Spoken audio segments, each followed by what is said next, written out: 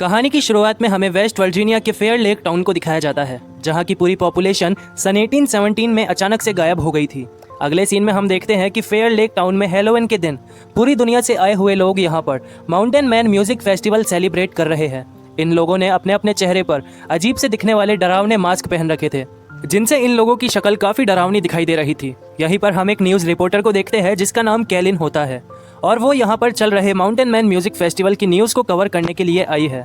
Kaelin जब इस festival की न्यूज़ रिपोर्टिंग कर लेती है तो वहाँ से जंगल की तरफ जॉगिंग के लिए निकल जाती है। कैलिन जब थोड़ी दूर आगे जाती है तो उसके सामने सॉ टूथ, वन आई और थ्री फिंगर आ जाते हैं। इन तीनों का चेहरा काफ़ी डरावना होता है, इसीलिए कैलिन को ऐसा लगता है कि ये तीनों मिलकर कैलिन को डराने की कोशिश कर रहे हैं। इसीलिए कैलिन इन तीनों को अपनी मिडल फिंगर दिखाती है, जिसके बाद थ्री फिंगर कैलिन की उस उंगली को काट देता है। कैलिन को समझ में आ जाता है कि उसकी जान अब खतरे में है, इसीलिए वो वहाँ से भाग जाती है। थोड़ी दूर जाने के बाद कैलिन के सामने एक आदमी आता है जिसका नाम होता है मेनार्ड। मेनार्ड कैलिन की हेल्प करने का ड्रामा करता है और कैलिन को ऐसा लगता है कि मेनार्ड उसकी मदद कर रहा है। लेकिन अचानक से मेनार्ड एक बहुत बड़ी कुल्हाड़ी निकालता है और कैलिन के पेट में जोरदार तरीके से दे मारता है, जिससे कैलिन की मौत हो जाती है। अब यहीं पर थ्री फिंगर, सॉ टूथ और वन आई आ जाते हैं और यहाँ पर हमें पता चलता है कि ये तीनों मेनार्ड के लिए काम करते हैं और अब ये सभी कैलिन की बॉडी को लेकर वहाँ से चले जाते हैं। अगले सीन में हम देखते हैं कि ये तीनों भाई जब डिनर तैयार करने के लिए कैलिन की बॉडी को काटने लगते हैं तो यहाँ पर मेनार्ड आता है और इन तीनों पर बड़ी जोर से चिल्लाने लगता है, क्योंकि इन तीनों भाइयों ने कैलिन के मर्डर के बाद उसके सबूत को नहीं छिपाया था। इसीलिए मेनार्ड अब इन तीनों भाइयों को समझाता है कि जब भी किसी को मारो तो उसके सबूत को छिपाना बहुत ज़रूरी है। अब यहीं पर इस मूवी का सीन शिफ्ट होता है और हम 5 कॉलेज फ्रेंड्स को देखते हैं और ये पांचों दोस्त माउंटेन मैन म्यूजिक फेस्टिवल को एंजॉय करने के लिए जा रहे होते हैं। लेकिन अचानक से मेनार्ड इनकी गाड़ी के सामने आ जाता है, जिसको बचाने के लिए इनकी गाड़ी का बैलेंस बिगड़ जाता है और इनकी गाड़ी एक पेड़ से टकरा जाती है। अब मेनार्ड घायल होने का बहाना बनाकर सड़क के बीचों बीच लेट जाता है।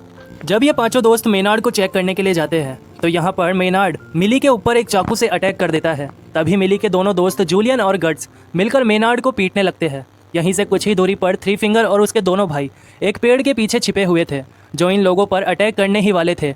लेकिन तभी हम देखते हैं कि यहाँ पर 2 पुलिस ऑफिसर आ जाते हैं, जिनमें से एक का नाम एंजेला और एक का नाम केविन होता है। एंजेला इन पांचों दोस्तों के साथ मेनार्ड को भी अरेस्ट कर लेती है। एंजेला केविन को यहीं पर रुकने के लिए बोलती है और इसके बाद एंजेला इन सभी लोगों को यहाँ से लेकर चली जाती है। अब यहाँ पर केविन बिल्कुल अकेला था और मौके का फ़ायदा उठाकर ये तीनों भाई केविन पर अटैक कर देते हैं और बड़ी बेरहमी से सबसे पहले उसके कान काट देते हैं और उसके सर के सेंटर में एक चाकू घुसा देते हैं, जिससे उसकी वहीं पर मौत हो जाती है। वहीं दूसरी तरफ हम मिली और उसके बाकी दोस्तों को जेल के अंदर देखते हैं। एंजेला को इन पांचों दोस्तों की गाड़ी में से बहुत सारा ड्रग्स मिलता है और ये ड्रग्स मिली का था, इसीलिए मिली इस घटना की पूरी जिम्मेदारी खुद पर ले लेता है। इसके बाद एंजेला मिली के बाकी दोस्तों को छोड़ देती है। मिली के सभी दोस्त एक होटल में चले जाते हैं। अब हम देखते हैं कि एंजेला मेनार्ड के बारे में इन्वेस्टिगेशन शुरू कर देती है। तब उसे पता चलता है कि मेनार्ड एक सीरियल किलर है जो पिछले 20 सालों से इधर उधर भाग रहा है।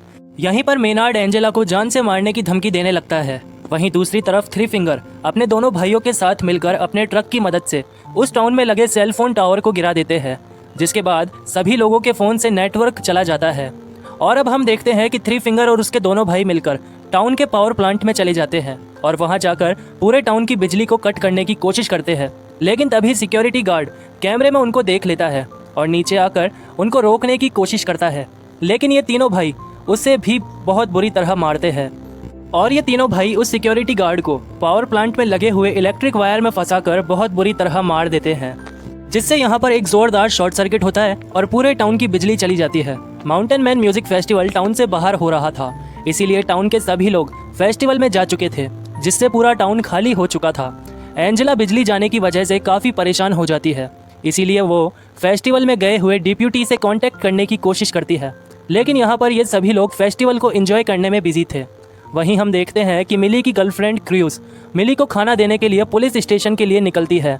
लेकिन तभी क्रूज के सामने थ्री फिंगर आ जाता है और क्रूज थ्री फिंगर को देखकर काफ़ी ज़्यादा डर जाती है और वहाँ से भागने की कोशिश करती है। लेकिन तभी थ्री फिंगर उसे पकड़ लेता है और एक चाकू निकालता है और उसके पेट को फाड़ देता है और उसका दिल निकालकर खाने लगता है। अब जूलियन क्रूज को ढूंढता हुआ पुलिस स्टेशन जाता है, क्योंकि क्रूज अभी तक वापस होटल नहीं आई थी। लेकिन जब जूलियन यहाँ पर पहुँचता है तो उसे पता चलता है कि क्रूज तो अभी तक पुलिस स्टेशन पहुँची ही नहीं। वहीं दूसरी तरफ हम होटल में देखते हैं कि लीटा जब नहाने के लिए बाथरूम में जाती है तो गेट पर सॉटूथ और वन आई आ जाते हैं और गस जब गेट खोलता है तो गस को उठाकर अपने साथ ले जाते हैं। इसके बाद हम देखते हैं कि ये तीनों भाई मिलकर गस को अपने ट्रक में लेटा देते हैं और उसके पैरों पर हथौड़े से मार मार कर उसके पैर तोड़ देते हैं। इसके बाद वो उसे ले जाकर पुलिस स्टेशन के बाहर फेंक देते हैं। वो मदद के लिए काफ़ी चिल्लाता है और मिली और जूलियन उसकी आवाज़ पहचान जाते हैं। एंजेला उसकी मदद करने के लिए बाहर जाती है, लेकिन ये तीनों उसके ऊपर ट्रक चढ़ाकर उसको पूरी तरह से कुचल देते हैं और एंजेला कुछ नहीं कर पाती। इसके बाद एंजेला पुलिस स्टेशन के अंदर आ जाती है और मिली को लॉकअप से बाहर निकाल लेती है और मिली, जूलियन और वहाँ पर मौजूद एक और प्रिजनर जिसका नाम मौज होता है उसको शॉटगन दे देती है और इन तीनों को पुलिस स्टेशन को डिफेंस करने के लिए कहती है। मिली अपनी गर्लफ्रेंड क्रूस को ढूंढना चाहता था, लेकिन एंजेला उसे मना कर देती है। तभी थोड़ी देर बाद हम देखते हैं कि लीटा पुलिस स्टेशन पर आ जाती है और पुलिस स्टेशन का दरवाज़ा खटखटाने लगती है, लेकिन मौज बिना कुछ सोचे समझे दरवाजे पर गोली चला देता है, जिससे लीटा नीचे गिर जाती है। लेकिन लीटा को गोली नहीं लगी थी और जब वो रोड के कॉर्नर पर पड़ी हुई गस की डेड बॉडी को देखती है तो वो ज़ोर ज़ोर से रोने लगती है, क्योंकि गस उसका बॉयफ्रेंड था। मिली बाहर आता है और लीटा को पुलिस स्टेशन के अंदर ले जाता है। मिली लीटा से उसकी गर्लफ्रेंड क्रूस के बारे में पूछता है, लेकिन तभी मेनार्ड कहता है कि मेरे लड़के अभी तक तो उन्हें यानी कि क्रूस को नोच नोच कर खा गए होंगे। मेनार्ड की बातें सुनकर मिली को काफ़ी गुस्सा आता है और मिली और जूलियन क्रूस को ढूंढने के लिए स्टेशन से बाहर निकल जाते हैं। थोड़ी दूर आगे जाने के बाद इन दोनों को क्रूस की डेड बॉडी दिखाई देती है। मिली उसकी डेड बॉडी को देखकर काफ़ी ज़्यादा दुखी होता है, क्योंकि मिली क्रूस से बहुत ज़्यादा प्यार करता था। अब इन दोनों के पीछे से ये तीनों भाई आकर मिली और जूलियन को अपने साथ ले जाते हैं। अब जब मिली को होश आता है तो वो खुद को और जूलियन को एक फुटबॉल ग्राउंड में पाता है। मिली का केवल सर ज़मीन के बाहर था और उसका पूरा शरीर ज़मीन के अंदर था और जूलियन के पैर में भी एक जंजीर बंधी होती है, जिससे कि वो भाग ना सके। ये दोनों अपनी जान बचाने के लिए ज़ोर ज़ोर से चिल्लाने लगते हैं, लेकिन तभी थ्री फिंगर वहाँ पर स्नो ब्लोअर लेकर आता है और स्नो ब्लोअर को मिली के सर के ऊपर चढ़ा देता है, जिससे मिली के सर के बहुत सारे टुकड़े हो जाते हैं और उसकी दर्दनाक मौत हो जाती है। जूलियन के पैर में भी जंजीर बंधी होती है, इसीलिए थ्री फिंगर उसके पूरे शरीर पर स्नो ब्लोअर चढ़ा देता है और उसकी पूरी बॉडी के टुकड़े टुकड़े हो जाते हैं। पुलिस स्टेशन में एंजेला मिली और जूलियन के वापस न आने की वजह से काफ़ी ज़्यादा परेशान थी, इसीलिए एंजेला मौज को मदद खोजने के लिए फेस्टिवल में भेजती है। मौज एंजेला की गाड़ी लेकर निकल जाता है, लेकिन इन तीनों भाइयों ने रास्ते में एक कटीला तार बिछा रखा था, जिससे मौज की गाड़ी क्रैश हो जाती है और उसकी भी मौत हो जाती है। अब सिर्फ एंजेला और लीटा ही बचे थे।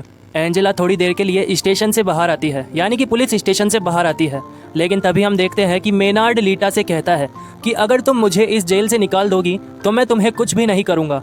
बेचारी लीटा उसकी बात मान जाती है और उसके ट्रैप में फंस जाती है। मेनार्ड बाहर आने के बाद उसकी दोनों आंखें निकाल लेता है।